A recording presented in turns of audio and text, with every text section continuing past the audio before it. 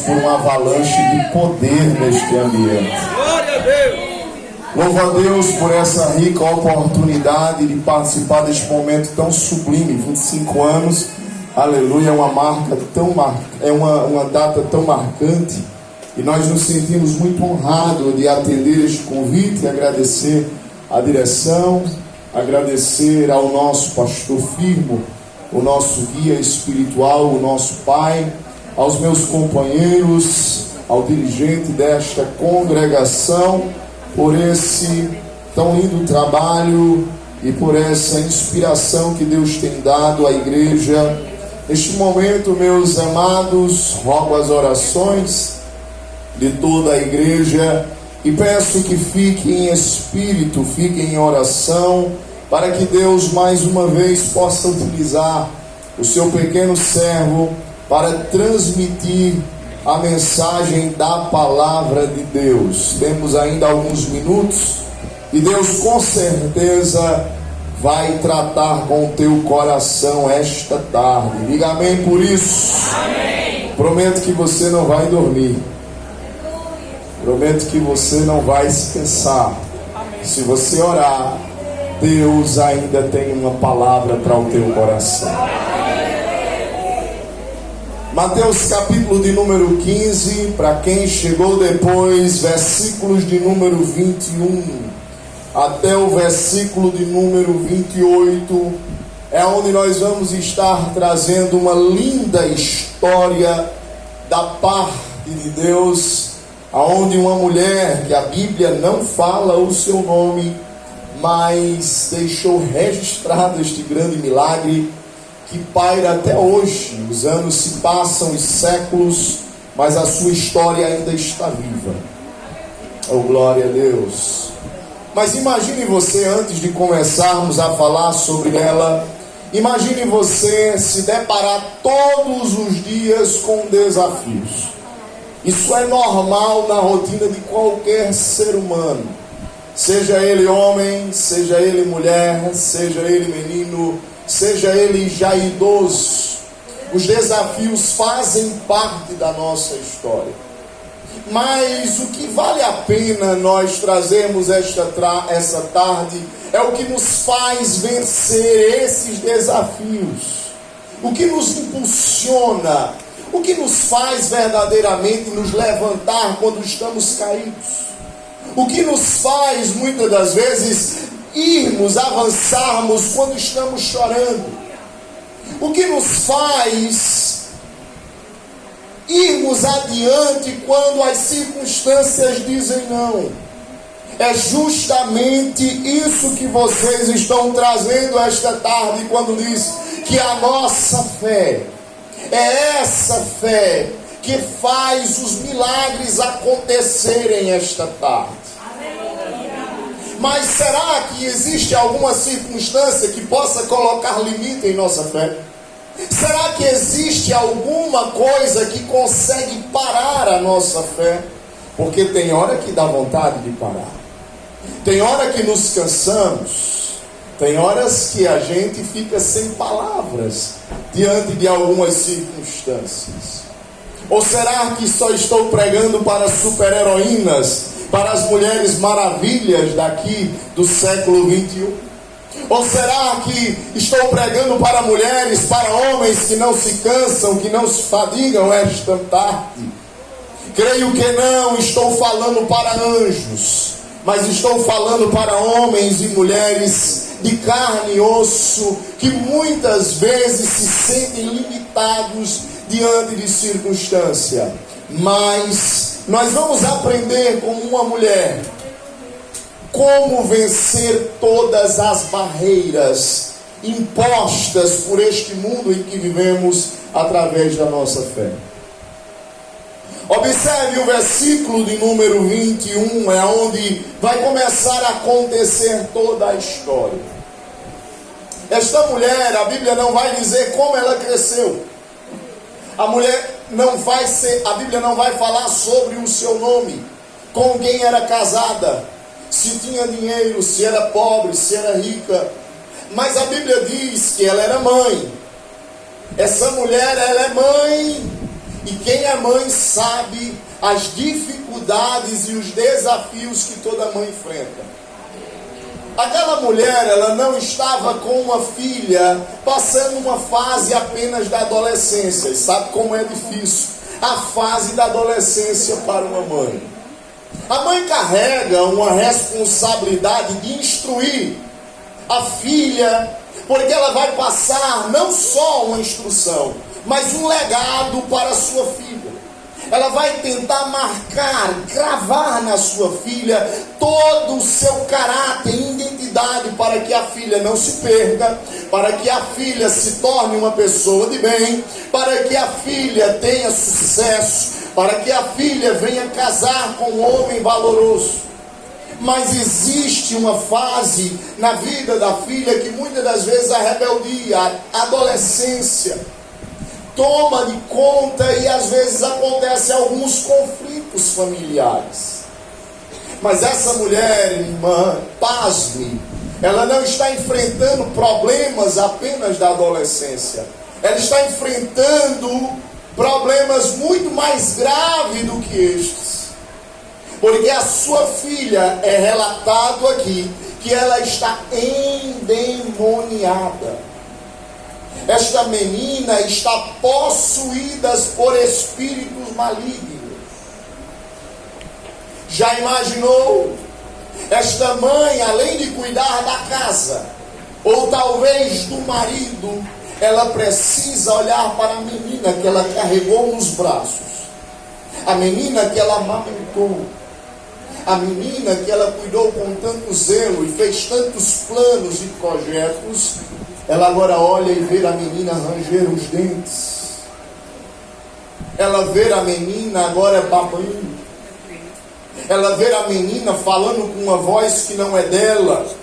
Ela vê a menina falando coisas com coisas. E tem hora que a menina está sã e tem hora que a menina está possuída. Ela já não conhece mais quem é a sua filha.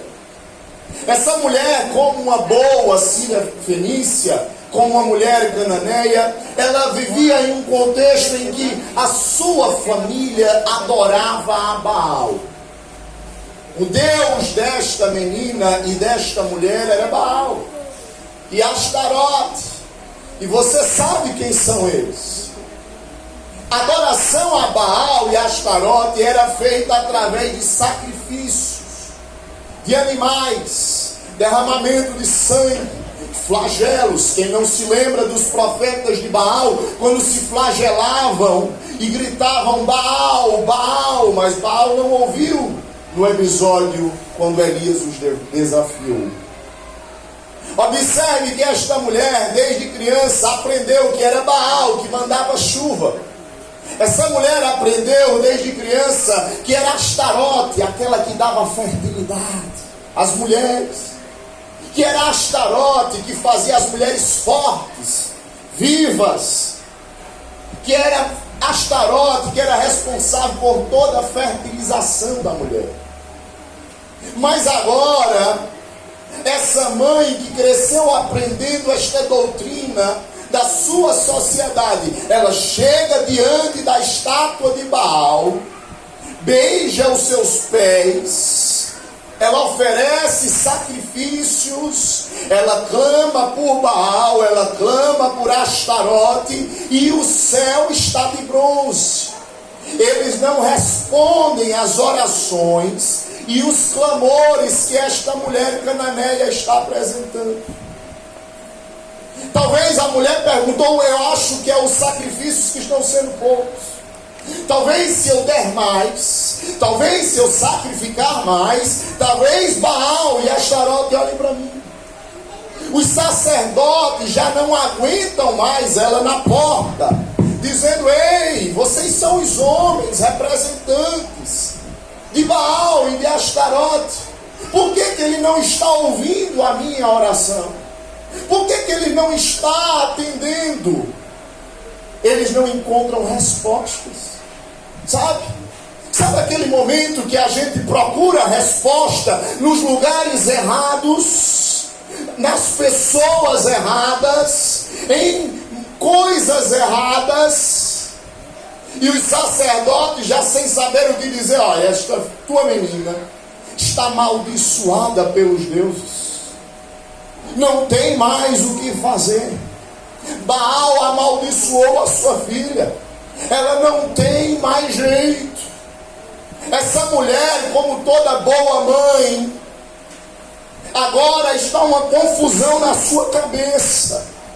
Ela agora está confusa, porque aquilo que ela aprendeu desde criança, os homens que ela tinha como espelho, as suas referências desenganaram.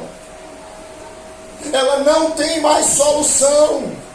A sua sociedade a baniu, a rejeitou, e agora ela está com a sua criança, porque tu sabe como é mãe, né? Pode ter 50 anos, pode ter 30 anos, mas ainda diz assim: a minha menina é o meu bebê. E eu olho para esta mãe aflita e dizendo: o que é que vai ser da minha bebê?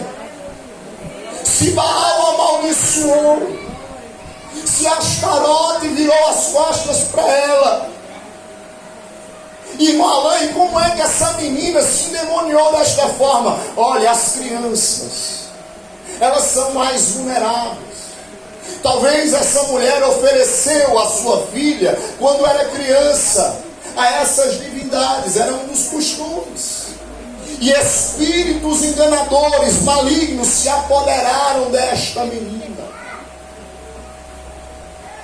E olhe que interessante, eu só estou contextualizando para você entender a gravidade do problema. Porque você e eu, como esta mulher, já nos deparamos com situações em que erramos na nossa vida por buscarmos a resposta em lugares errados.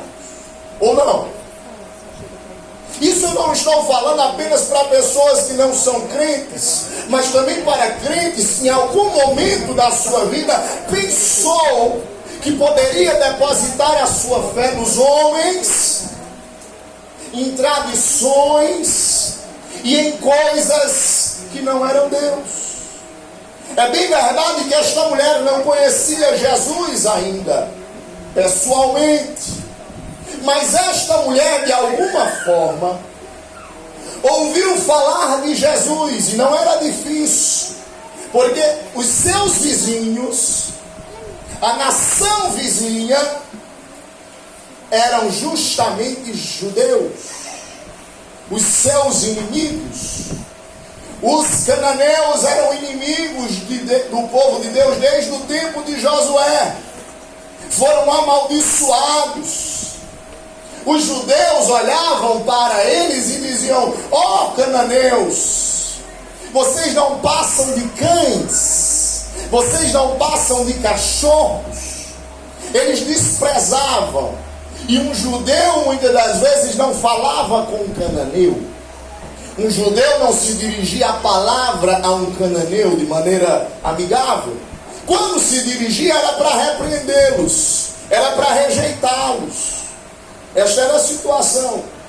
Mas imagine você, se esta mulher não achou abrigo, não achou resposta, não achou solução na sua sociedade, aonde mais ela haveria de receber a sua solução, a sua resposta para o problema?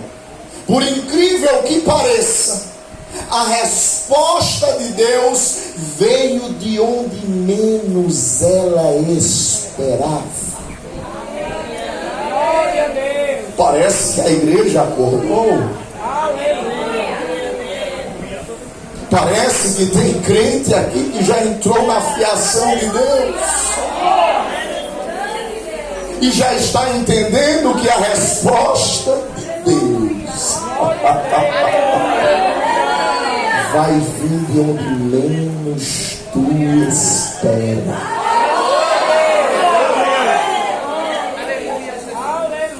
Jesus, de alguma forma, na sua onisciência, marcou este encontro com esta mulher, sem ela saber.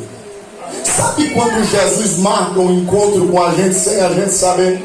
Sabe quando Jesus faz aquela surpresa para nós? Jesus deixou o cenário preparado, chamou os discípulos e disse assim: o negócio hoje é lá em Tiro e Sidom. Em Tiro e Sidom, Jesus? O que é que a gente vai fazer naquela terra? O que é que a gente vai fazer quando a gente tem que evangelizar primeiro, Jesus? É os de casa, é a tua nação, a nação, os filhos de Abraão. Mas Jesus tinha uma lição para ensinar aos seus discípulos e tinha um milagre para fazer na vida da mulher cananeia. Porque Jesus, a sua forma de trabalhar, ele sabe tratar cada um, aleluia, com a mesma situação. Ele ensina a todos uma lição. Ou não é assim? Deus manda um problema na casa de cada um, aí com o marido trata de um jeito, com a mulher ele trata de outro, é o mesmo problema. Com o filho ele trata de outro, é assim ou não é? É a mesma luta, é a mesma prova, mas com cada um Deus está tratando no particular. E quer ver aqui? Como a mãe, Deus está tratando de uma forma, dizendo que a sua fé será honrada se ela perseverar. Com a filha que nem conhecia Jesus, Jesus intervém na vida da menina. Porque parece que a menina não é a principal personagem, mas observe que essa menina tem uma intervenção.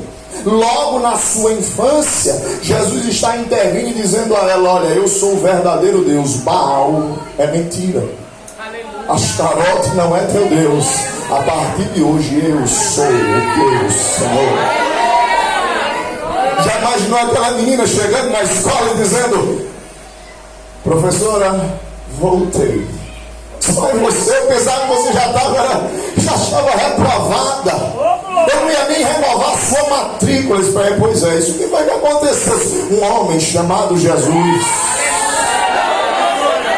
Mas você não estava babando, você não estava endemoniada, você não era amaldiçoada. Eu disse: era não, agora eu sou abençoada. Agora eu vivo debaixo da graça. Mas tão nova, pois é, porque Jesus começa a interviu na minha história já na minha meninice. E eu não solto, eu não largo, eu não deixo. Aleluia! Glória a Jesus! Jesus sabe tratar com cada um de uma forma. E é lá em Tiro e Sidom o palco dos milagres. Nesta tarde, aonde é o palco? Onde é que você quer que seja o palco do teu milagre? E eu sei que aí dentro do teu coraçãozinho apertado e doído, tu está dizendo: o palco é lá em casa, Jesus. Marca o encontro lá em casa. Era impossível Jesus ir para as bandas de Tiro e Sidom, porque os judeus, meu amigo, era o último lugar que ele escolheria passar.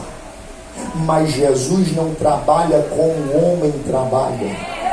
Mas Jesus não vê como o homem vê. Mas graças a Deus que Jesus, aleluia, Ele nos comprou e nos resgatou. E é Ele quem está nesta tarde no controle da história da tua vida. Quem crê que Jesus esta tarde está no controle da história? Ele está escrevendo essa parte. Eu sinto uma brisa de Deus soprando nesse ambiente. Eu não sei você, mas Ele já cercou este lugar. Aleluia! Glória ao teu nome. Não dá para você sentir, mas se você percebesse, há um barulho de asas e de espadas neste lugar. Porque tu disseste: Deus guerreia pela minha casa, guerreia pela minha vida, Nério, glória, súbia, Nério, glória, Mário, Síria. Há uma comitiva celestial neste ambiente, porque há uma fúria para que este trabalho acontecesse. Há uma batalha travada para que este negócio acontecesse. Mas o Senhor marcou este encontro contigo esta tarde. Versos 22, ele vai dizer: eis que uma mulher cananeia que saíra daquelas cercanias, ela aparece. Jesus já sabia que ela ia aparecer. Agora observe o clamor dela, dizendo: Senhor, este Senhor aqui, ela já tinha abandonado Baal, ela já tinha abandonado Astarote. Ela foi buscar, quando ela ouviu falar que Jesus estava próximo, ela vai ao encontro de Jesus e ela diz: Senhor, a partir de agora, eu creio que Tu és o meu Deus. Senhor, e aí ela consegue melhorar a situação quando ela diz: Filho de Davi. Essa mulher está invocando uma profecia em que do trono de Davi não se apartaria o cetro, que era da linhagem de Davi que viria o Messias, o Salvador, o ungido de Deus. É a mesma expressão que o cego Bartimeu usou quando se dirigiu a Jesus. E essa era a senha, era a palavra-chave, era o código. Porque quando o cego clama Filho de Davi, Jesus para atender o cego. Essa mulher, ela está acionando uma senha, um código que os discípulos não tinham, que a nação de Israel não tinha. Ela crê que ele é o rei esperado. Quando ela diz Filho de Davi, ela está dizendo: Tu és o monarca supremo. Quando ela diz Filho de Davi, ela diz: Tu és o único que é digno. Quando ela diz Filho de Davi, ela diz: Tu és aquele que veio para libertar Israel dos seus pecados. Tu és aquele que será sentado sobre o alto e sublime trono. Tu és aquele que Isaías viu no trono, onde os anjos, os serafins diziam: Santo, Santo, Santo é o Senhor dos exércitos. Aleluia! Tu és aquele que implantará o milênio. Tu és aquele que veio para remir a casa de Israel. Tu és aquele que o profeta disse que a unção de Deus estaria sobre ti para libertar os cativos. Aleluia. Para libertar os oprimidos. Para trazer um ano aceitável do Senhor. Para dar vista aos cegos, para limpar os leprosos e para fazer os coxos andarem. Mas só nessa expressão, pregador, Filho de Davi, tem tudo isso de adoração.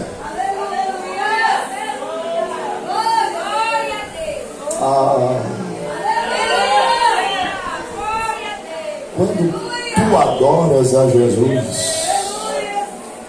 apenas uma palavra que tu se dirige a Ele é como uma senha, é como um código.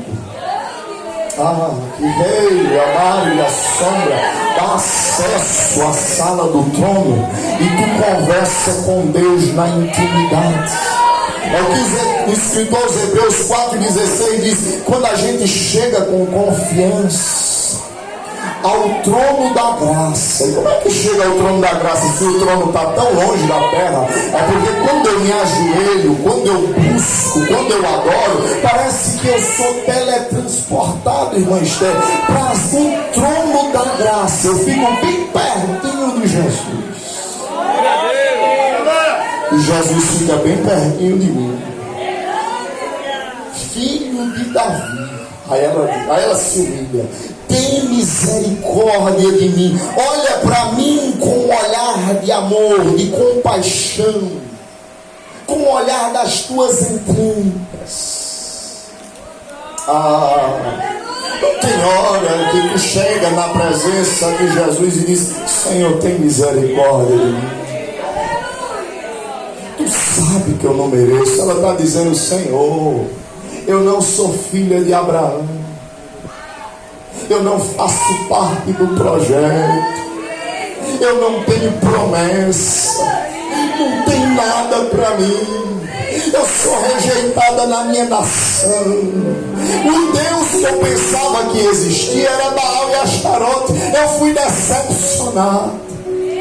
Talvez o marido dela deixou porque já não aguentava mais a filha endemoniada.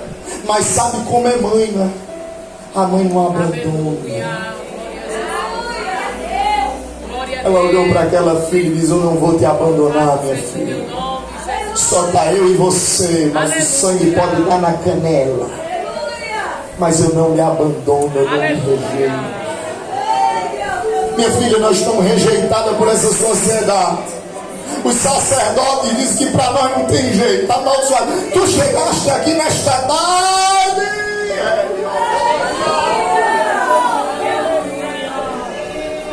sem solução, sem jeito.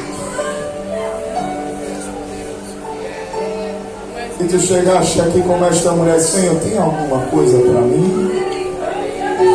Tem misericórdia de mim? Porque a minha filha está miseravelmente endemoniada. Olha o teste de Jeová esta tarde. Veja se você já passou por ele. Jesus começa a testar a mulher cananeia. Não tem hora que Jesus começa a testar as nossas palavras. Porque fé, meu filho, olha para cá, é muito mais do que palavras. Dizer que crê em Jesus e botar a biblinha debaixo do braço e tá bonitinho de paletó e no dia da festa tá com a fardinha é fácil demais. Mas quando tu tá cantando aqui e tá orando aqui, é o mundo quem vai te avaliar. É lá fora, nas provações. Ela está falando sobre amor a Deus. Eu vou ver se realmente ela ama a Deus. Ela está dizendo que ama a Deus mais do que tudo. Deixa eu tocar no filho dela. Vamos ver se ela ama mais Jesus do que o filho. Deixa eu tocar no marido para ver se ela ama mais o marido. Deixa eu tocar na finança para ver se ela ama mais. Lembra de Jó? A sua fé, minha irmã, será avaliada. Cantar aqui é uma coisa, fazer processional aqui é outra coisa. A gente cantar aqui, não é não? Meu cantor Isaías, mas só Deus sabe, né? As histórias que estão por trás de cada música, de cada letra. É a sombra da Yavaz. Tu não disseste que nunca ia me abandonar? Que estaria comigo até o final? Estou eu provando a tua fé nesta tarde. Passe no teste. A mulher diz: tu és o filho de Davi. Que coisa tão linda para ela gritar no meio da multidão. Jesus não ouviu isso nem na sua nação. Jesus não ouviu isso nem pelos seus discípulos. E essa mulher está invocando. Como é que essa mulher tem essa senha? Mas agora eu vou provar a fé dela. Vamos ver se realmente ela crê que eu sou o filho de Davi. Tu não lembra dos teus votos? Das tuas promessas que fizeste para Deus? Ele está te avaliando. Passe do teste. Olha o primeiro teste. Versículo 23. Olha o teste agora.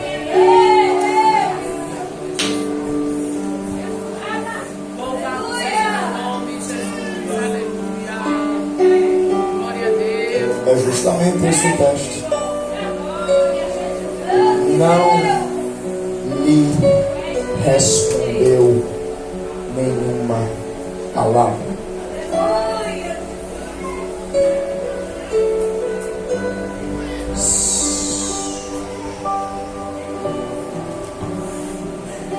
Silêncio.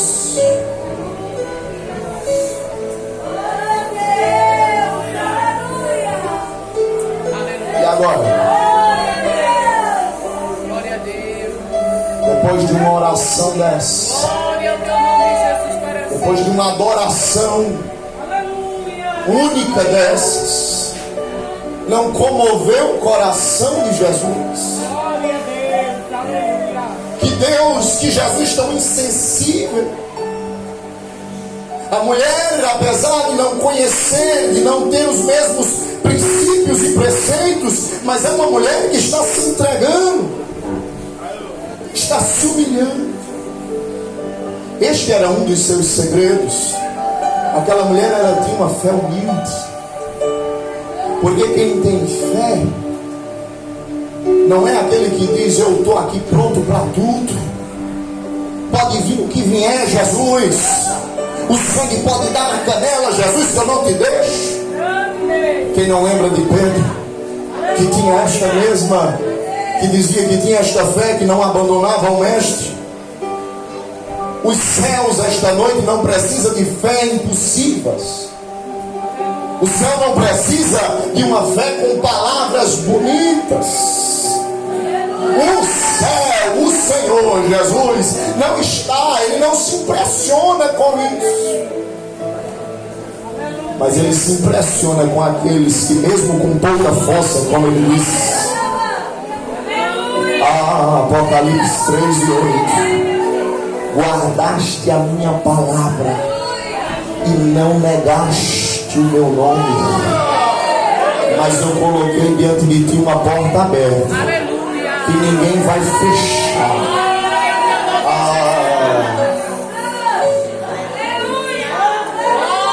A vitória, meu filho, não é dos mais fortes, são dos mais resistentes. Alguém olha para você e diz assim: tu é fraca, tu não pode. Aí tu diz assim: realmente eu estou só me arrastando, mas passa um dia, passa outro, e olha você aí. Olha você aí.